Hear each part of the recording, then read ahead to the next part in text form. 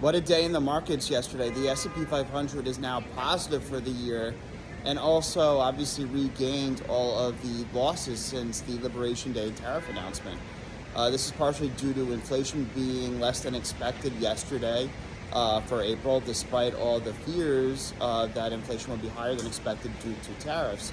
So that was good news. There was also some good news with the White House and President Trump going to Saudi Arabia and pretty much signing a $600 billion investment from Saudi Arabia into the U.S. And part of that investment is, for NVIDIA, Saudi Arabia is getting 18,000 NVIDIA, one of their most advanced chips, the Blackwell chips, the GB300 chips, in order to power their AI factories and AI data centers with 500 megawatts of power. This is huge, and likely to scale to 1.9 gigawatts of power by 2030.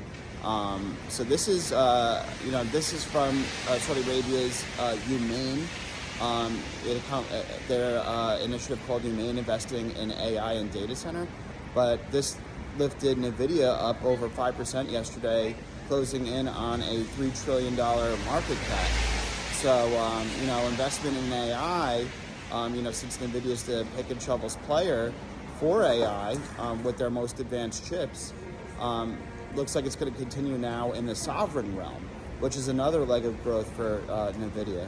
So that's good news. We also had Coinbase soar 24% yesterday due to its inclusion in the S&P 500. Crypto is going mainstream. The fact that it's in the S&P 500 now, that means that a lot of money will flow into it by passive index investors and mutual funds and stuff like that. So now there'll be even more money going into Coinbase for the first time. Initially when Coinbase wasn't in the index, pretty much up until yesterday, investors deemed that it was too risky. But now that it is in the S&P 500 index, it's almost viewed as a green light.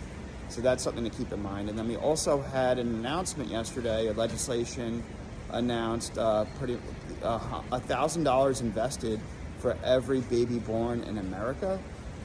This is good, something good in my opinion. It teaches young people to have skin in the game when it comes to investing. And one of my biggest things is to teach financial education early on. This Money Account Growth and Advancement Act, also obviously the White House is calling this the MAGA accounts for young kids, are tax deferred, and it's a good way to teach young kids investing. So hopefully this passes, because that could obviously, $1,000 when baby could compound to a couple $100,000